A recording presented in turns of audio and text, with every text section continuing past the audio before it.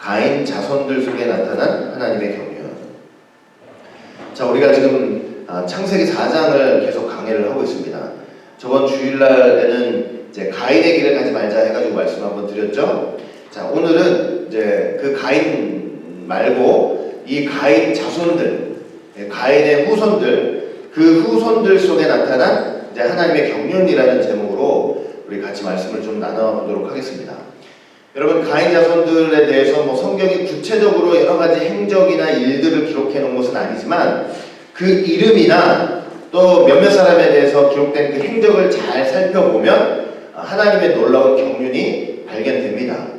하나님을 떠난 사람들이, 하나님을 떠난 자들이 어떤 삶을 살게 되다가 어떤 삶의 결과를 맞이하게 되는지를 아주 낱낱하게 또 확실하게 보여주는 것이 바로 가인 자손들 속에 나타난 이제 하나님의 경륜이에요. 하나님을 떠난 사람들이 결국 어떤 삶을 살고 어떤 삶의 결과를 맞이하게 되는지 아주 분명하고 명확하게 보여주는 것이 이 가인 자손들의 족보입니다. 우리가 비록 창세기 4장 창세기 족보를 통해서 배우기는 했지만 다시 한번 오늘 이렇게 좀 쭉 한번 살펴보면서 우리 신앙을 경계하시고 돌아보시는 귀한 시간이 되기를 바라겠습니다. 자, 창세기 4장 16절 보시니까 이런 말씀이 기록되어 있어요. 가인이 여호와의 앞을 떠나 나가 에덴 동편 놋 땅에 거하였더니 라고 이제 기록이 되어 있습니다. 자, 우리 뭐 저번에 배웠지만은 가인이 자신의 제사가 받아들여지지 않자 이제 하나님 앞에 얼굴을 붉혔죠. 이제 기분이 나쁘고 마음이 상한 거예요. 이제 그러고 나서 어떤 반응이 바로 왔냐면 귀를 닫고 마음의 문을 닫아버리고 하나님의 말씀을 듣지 않았습니다. 그러니까 기분이 나쁘고 마음이 상하면 말씀을 듣는 귀와 마음 문을 닫아버리게 되는 거죠. 그리고 나서 그렇게 닫아놓고 살인을 저질러 버렸습니다. 하나님이 찾아와 권면을 하시는데도 그거 다 무시해버렸죠. 말씀 닫아버렸으니까. 그리고 살인을 한 후에도 찾아오셨는데 하나님 앞에서 나는 알지 못합니다. 내가 아우를 지키는 자입니까? 이러면서 이제는 아주 뻔뻔하고 당돌한 태도로서 하나님 앞에 반항한 것을 우리가 보았습니다. 그런데 이제 하나님이 저주를 하시니까 너무나 무섭다고, 그 벌이 무섭다고, 누군가 죽일까 무섭다고. 그래서 하나님이 표를 줬단 말이에요. 근데 은혜의 표죠. 하나님 자비와 긍휼의 표예요. 그런데 그 표를 받은 뜻을 모른 거예요, 가인은. 하나님이 그럼에도 불구하고 표를 주시고 은혜를 주시고 자비와 긍휼을 베풀어 주신 것은 돌아오라는 뜻인데 가인은 그 표를 받아가지고 하나님 앞을 떠났다고 말씀을 하고 있어요. 그게 창세기 4장 16절이죠. 가인이 여호와의 앞을 떠나나가 이렇게 말씀이 기록되어 있어요. 자, 여기 보니까 하나님 앞을 떠났다 그랬죠. 여호와 앞을 떠났다 그랬어요. 근데 이 앞이라는 단어가 원어를 보면 얼굴이라는 단어예요. 얼굴. 그러니까 하나님 앞을 떠났다는 것은 하나님의 얼굴을 떠났다는 것이고 하나님의 얼굴을 떠났다는 것은 하나님의 눈으로부터 벗어났다는 의미가 있죠. 하나님의 눈으로부터 벗어났다. 자, 그러면 이 보세요. 이제 이건 아주 좀 어떻게 보면 좀 추상적으로 얘기를 한 거죠. 하나님의 눈으로부터 벗어났다. 하나님의 얼굴로부터 떠났다. 이제 이렇게 돼 있는데 그건 이제 추상적으로 얘기한 것이고 그러면 아주 현실적으로는 가인이 누구를 떠난 것입니까? 하나님을 떠난 거지만 그 역사, 그 현실 속에서는 누구를 떠난 거예요? 아담과 하와, 자기 부모를 떠난 거예요. 이해가 되세요? 하나님을 떠난 거지만 그건 이제 좀 현실적으로 얘기하고 역사적으로 얘기하면은 아담과 하와, 그러니까 자기 부모, 어머니와 아버지를 이제 떠나게 된 거예요. 그런데 생각해보세요. 하나님이 아담 가정에 여자의 후손이 있겠다 말씀하시면서 그 아담과 하와를 통해서 나중에 셋이 낳고 셋을 통해서 하나님의 언약은 이어져 가잖아요. 그러니까 그 부모를 떠난 사실이 결국은 뭐냐면 하나님 앞을 떠난 사실이 된 거예요. 하나님의 언약이 그 부모 속에서 그 부모의 자식을 통해서 대를 통해서 이어가야 되는데 그래서 아담과 하와 부모를 떠났다는 그런 1차적인 의미가 있는 거고 이것이 구약적으로 보면 뭘 떠난 거냐면 이 가인한테는 부모를 떠난 거지만 구약적으로 보면 성전을 떠난 거예요. 성전. 왜냐하면 하나님께서 이 솔로몬이 성전을 완성했을 때 뭐라고 말씀을 하셨냐면 이 성전에다가 나의 이름도 두고 나의 눈도 두고 나의 마음을 두겠다. 이 세 가지를 두겠다고 말씀하셨어요. 자, 성전에는 뭐가 있냐면 나의 이름, 나의 눈, 나의 마음. 이 세 가지를 두시겠다고 했는데 하나님 앞을 떠났다고 했을 때는 뭘 떠난 거예요? 구약적으로 말하면 성전을 떠난 거예요. 성전을 떠난 거다. 그리고 당연히 신약적으로 보면 뭘 떠난 거겠어요? 교회를 떠난 거예요. 교회를 떠난 게 바로 하나님을 떠난 것으로 딱 설명을 하고 있는 거예요. 그러니까 가인은 하나님의 언약의 선포되는 그 부모의 품을 떠나가지고 독립해가지고 자기가 사는 거예요. 그리고 자기 먹고 살 길을 개척을 한 거죠. 그와 같이 이것의 이 구속사적 의미는 성전을 떠나고 교회를 떠났다 하는 그런 의미로 우리가 생각을 해볼 수 있는 것입니다. 자, 그리고 여호와 앞을 떠나갔다 이렇게 말씀하고 있죠. 떠나나가. 이 떠나나가라는 말 속에는 어떤 의미가 있냐면요, 누가 떠밀어서 나간 그런 게 아니에요. 뭐 재명 출교시켜서 이런 게 아니고요, 자기 스스로 도망가고 자기 스스로 달아났다는 그런 의미가 있어요. 그러니까 하나님이 내어 쫓으신 것이 분명히 아닌데 스스로 하나님으로부터 멀어지려는 그런 의사가 강했다는 것을 표현해주는 단어가 바로 뭐냐면 떠나나가라는 그런 단어예요.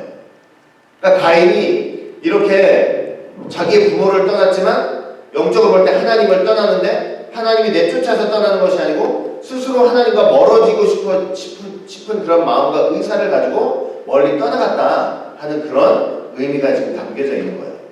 자, 그렇게 떠났어요. 이렇게 하나님을 떠난 가인은 무엇을 했느냐면 창세기 4장 17절 보니까 아내와 동침하니 그가 잉태하여 에녹을 낳은지라. 가인이 성을 쌓고 그 아들의 이름으로 성을 이름하여 에녹이라 하였더라. 이렇게 말씀하고 있죠. 자, 가인이 떠나가지고 우리 그냥 뭐 수도 없이 배웠어요. 뭘 했냐면 성을 쌓았다고 그랬죠. 성. 근데 성이라는 것은 원어를 볼 때 성읍 또는 도시예요. 이게 단순한 도시가 아니고 담이나 벽이 둘러싸여 있는 도시나 성읍을 가리키는 거예요. 이렇게 성을 쌓은 이유는 다른 것이 아니겠죠. 이제 하나님을 떠났으니 스스로 떠났단 말이에요. 내 스스로 멀어지려는 의사 속에서 떠났기 때문에 이제부터는 하나님의 도움 없이 스스로의 힘으로 성공해 보겠다는 것입니다. 그리고 스스로의 힘으로 나를 보호하겠다. 그런 의도를 가지고 이렇게 성을 쌓게 된 거예요. 하나님 없이도 성공할 수 있고 하나님 없이도 나는 스스로 나를 보호할 수 있다. 이런 것을 보여주기 위해서 성읍을 쌓은 거예요. 담이 둘러져 있는 성읍을 쌓은 거예요. 아마 가인은요, 악착같이 물질을 모으고 힘을 기르면서 이 자신의 자신만의 성읍을 더욱더 견고하고 튼튼하게 해 나가기 위해서 기를 쓰고 했을 것입니다. 감히 누가 이렇게 넘볼 수 없을 정도로. 근데 무서운 것은 뭐냐면 아들을 낳는데 그 아들의 이름을 에녹이라고 줬어요. 그런데 그 자기 지은 성의 이름도 똑같이 뭐라고 했냐면 에녹이라고 적었어요. 근데 에녹이 무슨 뜻이냐면 바쳤다라는 뜻이에요. 봉헌하다, 바치다라는 뜻이에요. 그러니까 가인이 그 하나님을 떠나서 자기의 성을 쌓고 그것을 공고히 해나가는 데 있어 자기의 전 인생을, 자기 아들까지도 전 인생을 바쳤음을 암시를 해주고 있는 것입니다. 하나님을 떠난 사람들이 제일 먼저 하는 일이 뭐냐? 가인을 통해서 보니까 뭐냐면 물질로, 권력으로, 명예로 자기의 성을 쌓는 일이에요. 그렇게 해서 세상에서 내가 하나님 없이도 성공했다는 것을 보여주고 싶고 하나님 없이도 내 스스로를 이렇게 보호할 수 있다는 것을 확신하고 믿기 때문에 그런 일을 하는 것이 하나님을 떠난 사람들이 제일 첫 번째로 하는 일이에요. 자, 그 다음에 이렇게 가인의 아들 에녹, 그리고 에녹 이후에는 어떤 자손들이 있었느냐? 자, 창세기 4장 18절 말씀 보시니까 에녹이 이랏을 낳고 이랏은 무후야엘을 낳고 무후야엘은 무두사엘을 낳고 무두사엘은 라멕을 낳았더라. 그러니까 가인 다음에 에녹 다음에 이랏, 무후야엘, 무두사엘, 라멕, 이제 이런 자손으로 쭉 내어가요. 자, 이 중에서 이제 라멕에 대해서는 약간의 설명이 있고 그건 이제 나중에 기록된 대로 살펴볼 것이고 이랏이나 무후야엘, 무두사엘 이제 이름만 기록되어 있죠. 그런데 그 이름의 뜻을 살펴보면 하나님을 떠난 가인의 자손들이 어떤 삶을 살았는지를 아주 분명하게 보여주고 있어요. 자, 먼저 이랏을 한번 볼게요. 이랏은 무슨 뜻이냐면 여러분 배워서 많이 알고 있죠? 무슨 뜻이냐면 도망자, 도피자라는 뜻이에요. 도망자, 도피자. 그러니까 가인의 자손들이요, 하나님을 떠났어요. 자기만의 성읍을 쌓고 있어요. 그런데 그러면서 점점 어떤 삶을 살게 되는 것을 보여주는 거냐면 하나님을 피해서 도망다니는 삶을 살게 됐다는 것을 보여주는 거예요. 여러분, 하나님을 피해서 도망다닌다는 것은 어떤 의미냐면요, 점점 하나님을 의식하지 않는 삶을 살기 시작했다는 거예요. 하나님을 의식하지 않는 삶. 처음에는 양심의 소리가 있을 수 있어요. 처음에는 양심의 소리가 있을 수 있어요. 어쨌든 가인도 부모를 영향을 받아가지고 하나님 믿고 제사를 드리던 사람들이니까, 내가 이렇게 살면 이거 하나님 혹시 보시지 않을까 아실 텐데, 처음에는 그런 양심의 소리가 있었을지도 몰라요. 그런데 이 이라스를 통해서 뭘 자꾸 보여주는 거냐면, 그런 양심의 소리가 이제 점점 무뎌지고 점점 그거를 이제 불어 잊어버리면서 하나님의 그 얼굴을 의식은 이렇게 하나님 있을 수 있지라고 하지만 그걸 살살 도망다니면서 피해 다니는 삶을 살기 시작했다는 것을 보여주고 있는 거예요. 그런데 여러분, 그걸로 끝나는 게 아니에요. 이렇게 살살 하나님의 얼굴을 정말 요리조리 피해 다니면서 도망다니다 보면 어떻게 되느냐면, 가면 갈수록 어떻게 되느냐면 결국은 하나님을 아예 의식하지 않는 삶을 살게 돼요. 그러다 보면 어디까지 가느냐? 하나님이 어디냐고. 하나님이 어딨어? 내가 이런 일 한다고 하나님이 이런 걸 보시고 이걸 일일이 보시고 이걸 심판하신다고? 그게 말이야 방구야 이러면서 콧방귀를 뀌는 때가 분명히 오게 되는 거예요. 하나님을 의식하지 않는 단계. 그러니까 보세요. 하나님을 이라스를 통해서 하나님 보여주신 게 뭐냐면, 하나님을 떠난 사람들은 반드시 어떤 단계가 오냐면 하나님을 의식하지 않는 단계가 온다는 거예요. 하나님 피해서 도망다니다가 하나님을 의식하지 않는 단계로 와요. 그러니까 점점 죄 짓는데 담대해지고, 그동안 하나님 믿었었는데 그래도 그 하나님을 믿었던 하나님을 모욕하는 말을 하는 데 있어서 점점 거리낌이 없어지는 상태가 있다는 것을 이라스를 통해서 지금 보여주고 계시는 거예요.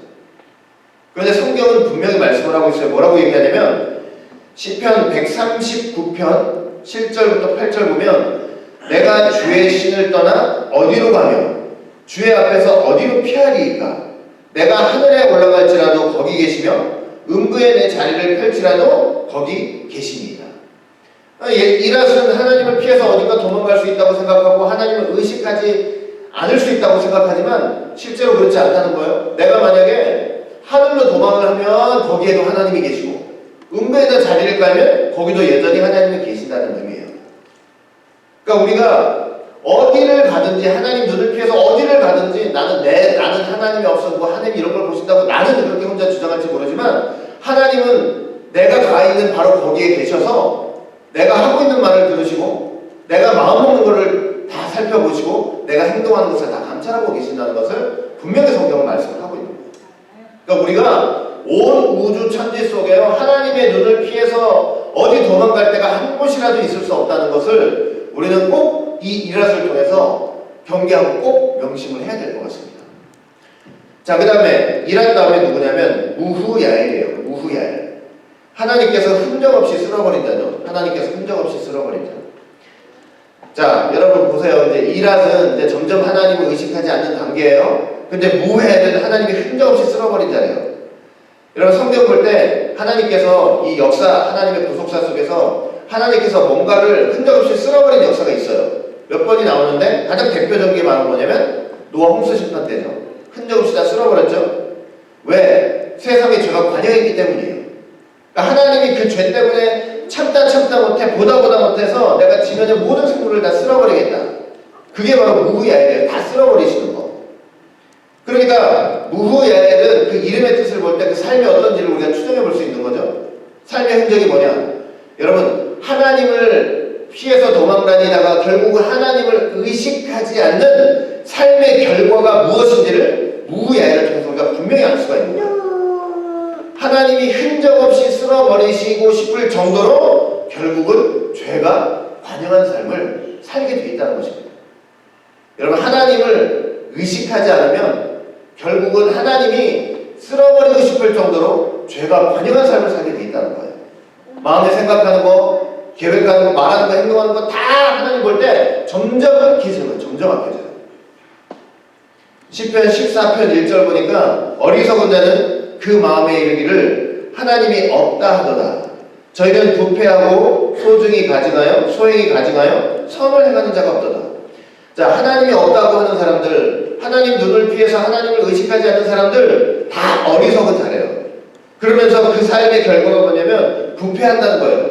소행이 가증하고 선을 행하는 자가 아무도 없다 이렇게 말씀을 하고 있는 거예요. 그래서 로마서 말씀대로 술 취하고 방탕하고 무절제하고 참지 못하고 거짓말하고 이런 죄들을 말로 다 할 수 없게 그렇게 짓고 살게 된다는 것입니다. 그런데 여러분 이렇게 자기가 죄 짓는 것으로 끝나면 이게 좀 그나마 그런데 이게 더 무서운 게 있어요. 왜냐면 하나님의 구속사 속에서 또 하나님이 이렇게 쓸어버리겠다고 하신 적이 한 번 더 있는데 어떤 민족을 향해서 쓸어버리겠다고 말씀하신 적이 있냐면 아말렉 족속. 하나님의 구속사 속에서 아말렉 족속을 내가 쓸어버릴 거야 이렇게 말씀하신 적이 있어요. 근데 그것도 이제 무해, 쓸어버린다는 게 무해하겠죠? 근데 왜 그렇게 쓸어버리겠다고 말씀하셨냐면 아말렉 족속이 무슨 짓을 했습니까?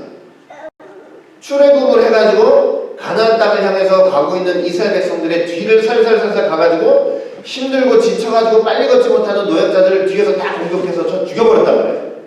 하나님께서 하나님의 백성들을 공격한 그 아말렉 족속을 보시면서 얼마나 진노를 하셨는지 그래서 뭐냐면 아말렉 족속을 이 지상에서 아주 진멸해버리겠다는 거예요. 그게 바로 무후야엘이에요.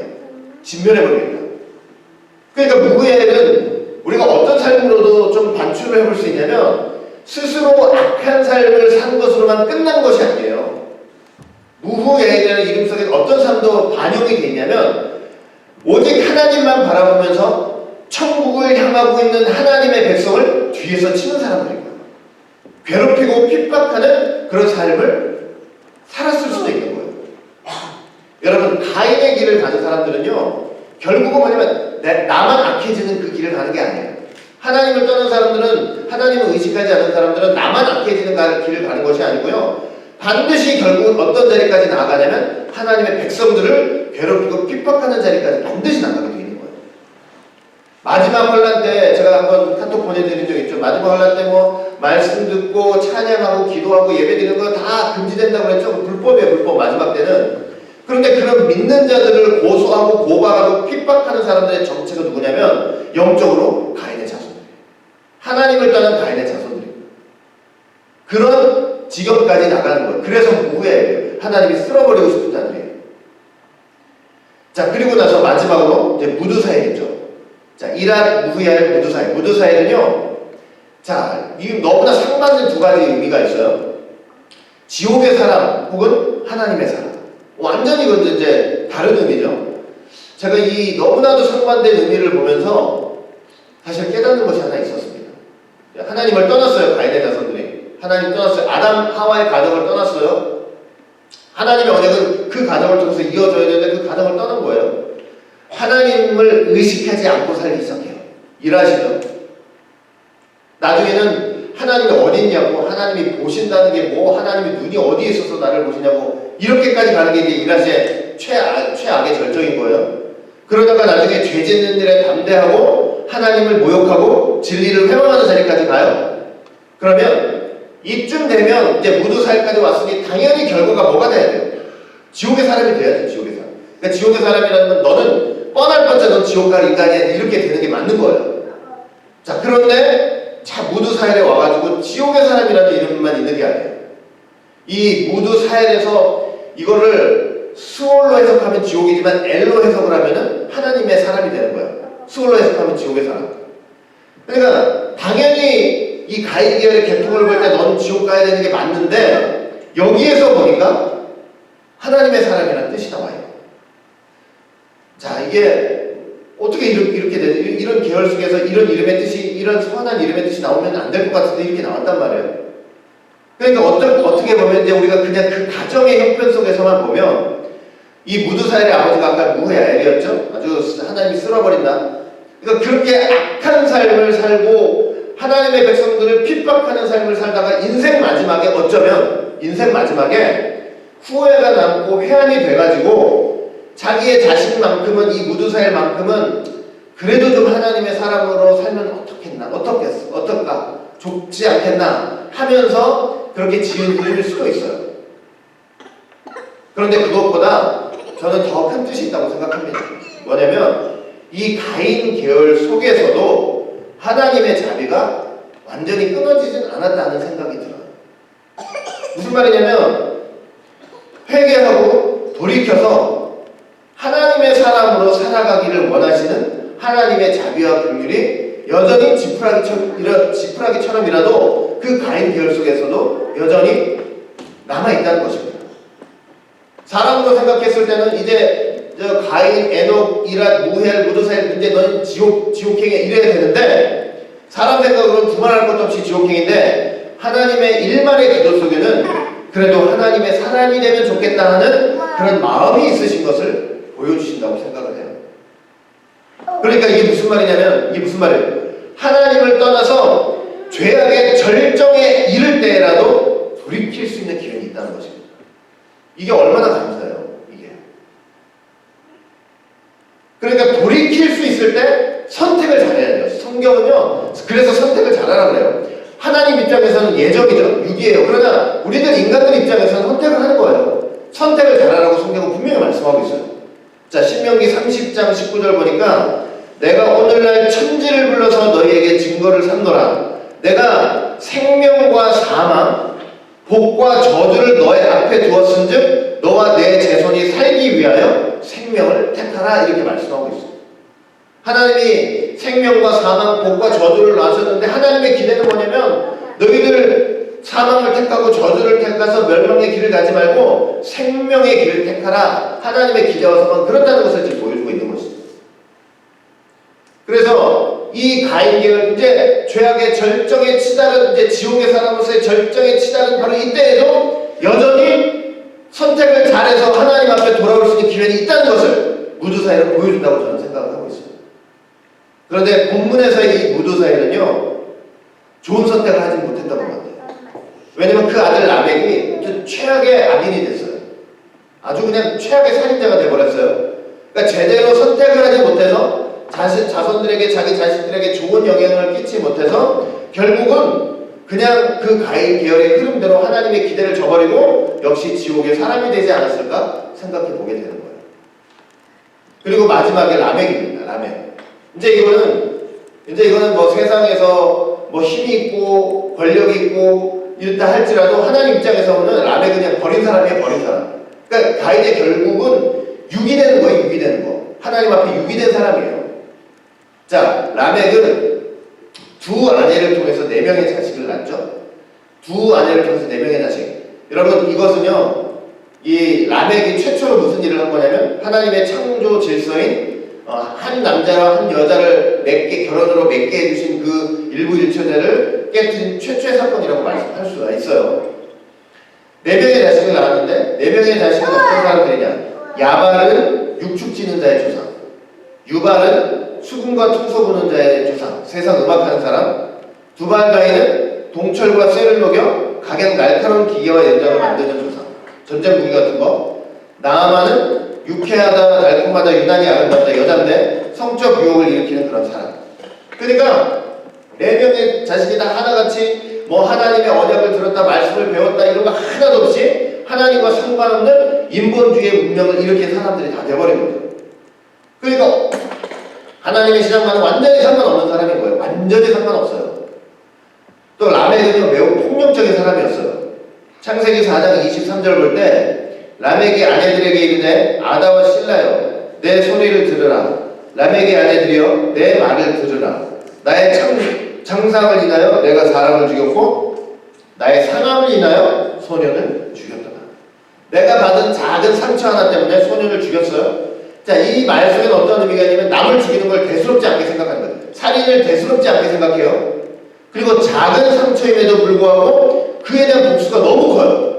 그러니까 복수에 극대화한 거예요. 복수에 극대화.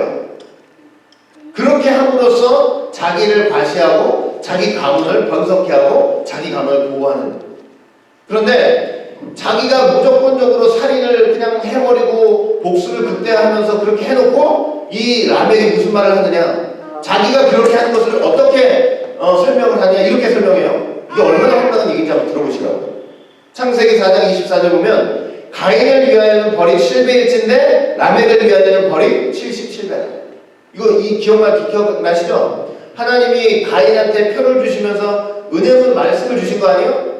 내가 너 죽이는 자 7배나 벌 줄게. 그러면 그 가인은 그 말씀 듣고 내가 죄 짓고 이렇게 하나님을 떠나는 마당에서도 하나님 나를 사랑하셔가지고 표를 주시면서 너 죽이는 자 7배나 벌할게 이러면서 돌아오라는 게 목적인데, 근데 돌아오지 않고 떠났단 말이에요. 근데 그 라멕이 무슨 짓을 했냐? 가인을 위해서 7배인데 자기를 위해서 77배예요. 이게 무슨 뜻인지 아세요?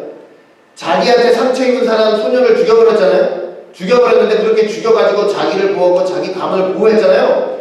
그러면서 그걸 뭐라고 설명하는지 아세요? 이게 내가 살인의 마음으로 죽이고 복수를 극대화해서 죽인 걸 갖다가 하나님이 나를 보호해 주시는 그런 역사였다고 얘기를 하고 있는 거예요. 얼마나 이게 황당한 거예요. 그러니까 이제 갈 때까지 간 거죠. 갈 때까지 간 거예요. 내가 죽여놓고 이건 하나님이 나를 보호해 주시기 위해서 이렇게 하신 거다. 여러분, 가인과 그 자손은 하나님을 떠난 사람들이죠. 아담과 하와를 떠났어요. 아담과 하와를 떠났어요. 아담과 하와를 떠나는 바람에 하나님의 언약과 상관없죠. 셋을 통해서 하나님은 아담과 하와를 통해서 다른 시 셋을 통해서 이제 언약을 전수했단 말이에요. 그러니까 아담과 하와를 떠났다는 것은 뭐냐면 가인과 그 자손들은 이제 하나님의 언약과 상관없는 사람들이라는 거예요. 그런데도 뭐냐면 가인을 위해서 7배고 자신을 위해서 77배예요. 하나님이 가인을 위해서 긍휼의 말씀, 돌아오라고 긍휼의 말씀을 하셨는데 그 긍휼의 말씀을 자기 멋대로 지금 이용을 해먹고 있는 거예요. 자기가 마음대로 죽여놓고 이건 하나님이 나를 보호하시는 역사다. 하나님은 돌아오라고 말씀하신 건데 이 라멕은 자기 가문을 보호하기 위해서 무작위로 죽이면서 이렇게 하나님이 우리를 본성케 하시고 보호하신다. 하나님의 긍휼을, 하나님의 은혜를 만물이 여기는 죄예요. 하나님의 긍휼과 자비를 하나님의 뜻대로가 아니라 자기 편한 대로 자기 뜻대로 해석하고 그것을 이용해 먹는 죄가 되는 것이죠. 하나님이 떠났는데 나는 하나님의 보호 속에 산다는 거야. 이게 도대체 무슨 말입니까? 여러분, 놀라운 일이 일어났습니다. 라멕의 네 자녀를 통해서 수많은 자손들이 번성했을 거 아니에요? 인류 세속 문화가 얼마나 번창했어요? 그런데 성경에서는 놀랍게도 라멕의 네 자녀를 끝으로 가인의 족보를 더 이상 기록을 하지 않아요. 기록을 하지 않았다는 것은 뭐냐면 하나님께서 더 이상 그들에게 관심을 갖지 않으신다는 거예요. 그들은 하나님 앞에서 유기된 자들, 버림받은 자들이라는 것입니다. 그래서 여러분 한번 생각해 보세요. 제가 지금 우리 어디 읽었어요? 창세기 4장 16절부터 24절 읽었죠? 잠깐 이 가인에 대한 기록, 자손들에 대한 기록이 나오고 나서 이제 라멕의 네 자녀의 기록을 끝으로 가인의 자손들은 이제 싹 그 기록이 없어져 버렸어요. 그리고 25절부터 뭐가 나오는지 아세요? 25절부터? 창세기 4장 25절부터 성경을 보세요. 다시 아담과 하와가 다시 들어요. 하나님의 관심과 하나님의 이 눈이, 하나님의 얼굴이 가인의 자손 잠깐 봤다가 다시 어디로 딱 돌아버리냐면 아담 가족으로 다시 돌아와요. 그래서 25절, 창세기 4장 25절 뭐라고 되어 있느냐? 아담이 다시 아내와 동침하네. 이제 가인 떠나가지고 이런 일이 있었다 해놓고 이제 거기 종결시켜버리고 아담이 다시 아내와 동침하네. 그가 아들을 낳아 이름을 셋이라 하였으니 이는 하나님이 내게 가인에 죽인 아벨 대신 다른 씨를 주신다 하면서 하나님의 눈과 하나님의 관심과 하나님의 초점이 다시 어디로 가면 아담 가족으로 다시 돌아오는 거예요. 가인은 떠났지만 아담과 하와 사이에 하나님이 누굴 주시는 거예요? 셋. 가인은 맏아들 장자 아니에요? 하와가 날 때 여호와로 등남하였다 얼마나 기대를 가지고 났어요. 그러나 그렇게 떠나버리고 나니까 하나님이 그 떠난 것 때문에 하나님의 뜻을 이루지 못하시는 것이 아니고 아담 가족에 누굴 주신 거예요? 다른 신을 주셨어요. 다른 신을 통해서 하나님이 일을 하시는 거예요. 하나님의 관심은 그래서 오직 아담과 하와의 가정 그리고 셋을 통해서 이어지는 하나님의 언약의 역사. 하나님의 언약과 언약의 관심은 바로 거기에만 있는 거예요. 여러분, 그래서 우리는 결코 가인의 자손들이 걸어갔던 이 길을, 이 마지막 때 이 길을 걸어가서는 안 될 것입니다. 이 가인의 길은 결과가 뭐냐면 하나님 관심 받기예요. 하나님이 기억하지 않으십니다. 결론이 뭔지 아세요? 그들은 하나님 안에서 예정된 자들이 아니고 유기된 자들이에요. 버림받은 자들이에요. 하나님을 떠나서 하나님을 피해 도망다니고 하나님을 의식하지 않고 죄 짓는데 담대고 이런 모든 과정 속에서 돌이킬 수 있는 기회가 있어요. 그런데 점점 하나님의 백성들을 탄압하고 고소하고 고발하고 핍박하고 마침내는 지옥에 살아요. 그러나 이 세상에서는 먹고 잘 살아요. 그러나 하나님께서는 기억하지 않으시고 그 족보를 끊어버리세요. 여러분, 이런 가인 자손의 길을 우리는 결코 걸어가서는 안 될 것입니다. 여러분 끝까지 아무리 기분 나빠도요, 아담과 하와 그 가정을 떠나면 안 돼요. 거길 떠나는 순간 하나님 언약과 상관이 없는 거예요. 하나님은 싫으나 좋으나 아담과 하와를 통해서 연애 우선이 있겠다고 말씀하셨기 때문에요, 그 가정을 떠나는 순간 언약과는 상관이 없는 거예요. 하나님은 거기에 다른 씨를 통해서라도 이어가시는 거예요. 하나님의 뜻을 끝까지 하나님의 언약이 전수되고 하나님의 말씀이 선포되는 하나님의 장막, 성전, 교회를 통해서 마침내 여러분들은 귀한 천국 백성이 되시기를 주의 이름으로 축원하겠습니다. 다 같이 기도합니다. 사랑과 내가